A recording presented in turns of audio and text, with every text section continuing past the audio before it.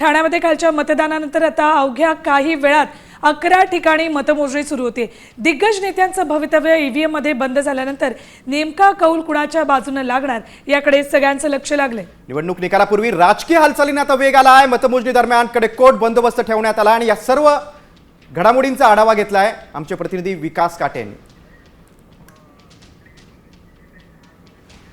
ठाणे महानगरपालिकेच्या 131 जे काही नगरसेवक आहेत त्यांच्या निवडणुकीची काल प्रक्रिया पार पडल्यानंतर आज मतदानाची जी प्रक्रिया आहे ती पूर्ण झाली होती काल आणि आज मतमोजणी या ठिकाणी होणार आहे। आपण बघू शकतो की ठाण्यातल्या ज्या ठिकाणी मतमोजणी केंद्र आहेत त्या ठिकाणी खूप मोठ्या प्रमाणात पोलीस बंदोबस्त ठेवण्यात आला आहे। काल प्रभाग क्रमांक 3 आणि 13 मध्ये जो काही प्रकार घडल्यानंतर खऱ्या अर्थ पोलिसांनी देखील या ठिकाणी खूप मोठ्या प्रमाणावरती पोलीस बंदोबस्त ठेवलेला आहे। विशेष म्हणजे जे काही मतमोजणी केंद्र आहे त्याच्या 100 मीटरच्या दूर जे पक्षाचे कार्यकर्ते किंवा मग पक्षाचे नेते असतील त्यांनी थांबवण्यात येणार आहे आणि ज्याप्रमाणे मतमोजणी होईल त्यावेळेस मतमोजणीचा जो काही निकाल असेल तो त्यांना सांगण्यात येणार आहे।